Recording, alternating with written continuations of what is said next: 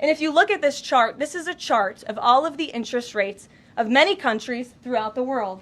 At the top is Switzerland. They're only paying a quarter for interest rates. Cambodia, Japan, Denmark, Thailand, Botswana, Barbados, Taiwan, Bulgaria, Cuba, Sweden, Morocco, Cabo Verde, South Korea, Algeria, Canada, Albania, Libya, Malaysia, China, New Zealand, Trinidad and Tobago, Czechia, Bolivia, Australia, Costa Rica, the Bahamas, Kuwait, Papua New Guinea, Bosnia, United Kingdom, and the UAE are all paying lower interest rates than the United States of America, which has one of the hottest and strongest economies in the world. And I'd say, sure, that's a byproduct of them lowering rates, but the real reason is because every month the Fed keeps rates artificially high, it's costing this country billions, hundreds of billions of dollars in interest. Trump said so.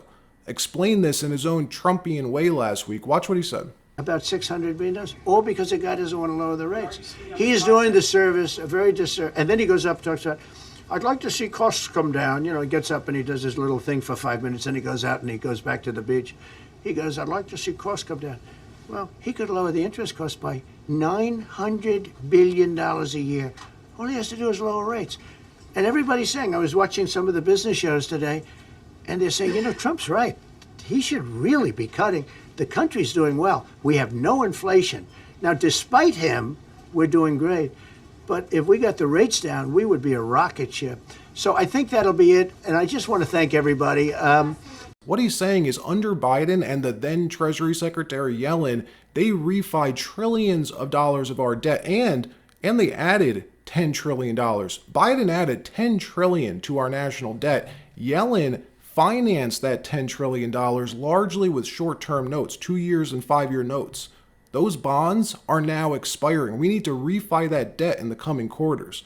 If Powell doesn't lower the rates, the U.S. will end up paying almost 5% interest on that Biden debt instead of 4% or 3%. Each point in interest is huge money. That $10 trillion Biden added at 5% interest, that's $500 billion a year that we have to pay in interest. Interest, just interest. That's insane. Trump's saying we need the rates lowered. Yeah, I'd agree with them.